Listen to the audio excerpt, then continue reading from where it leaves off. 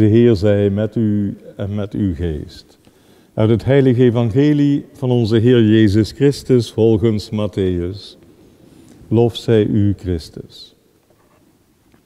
In die tijd zei Jezus tot de menigte: het rijk der hemelen gelijkt op een schat verborgen in een akker.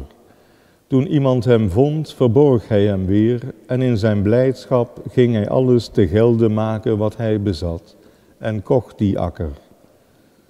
Ook gelijkt het rijk der hemelen op een koopman op zoek naar mooie parels. Toen hij een parel van grote waarde had gevonden, ging hij alles verkopen wat hij bezat en kocht haar.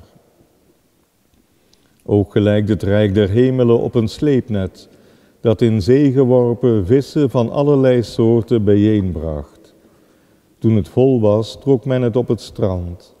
Men zette zich neer om de goede vissen uit te zoeken en in manden te doen. De slechte echter werden weggeworpen.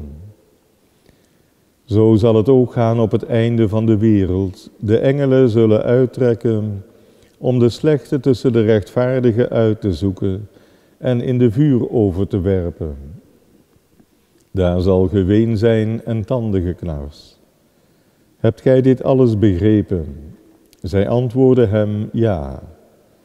Hij zei hun: daarom is iedere schriftgeleerde die onderwezen is in het rijk der hemelen gelijk aan een huisvader die uit zijn schat nieuw en oud tevoorschijn haalt.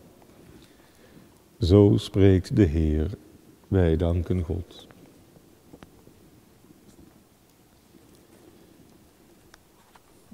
Jezus vergelijkt in de parabelen het rijk der hemelen met een schat of een kostbare parel.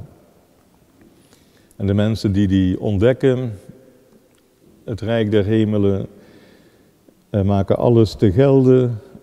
Er is niets meer waard dan die ene schat, dat rijk der hemelen. Daar hebben ze alles voor over.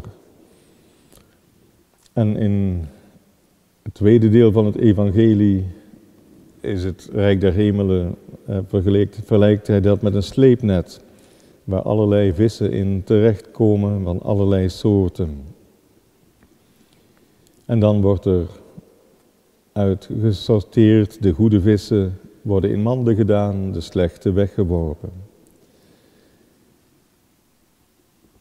Bidden we dat we zoals die twee eerste mensen de rijkdom van het evangelie, van het rijk der hemelen mogen ontdekken en daar alles voor over hebben. Amen.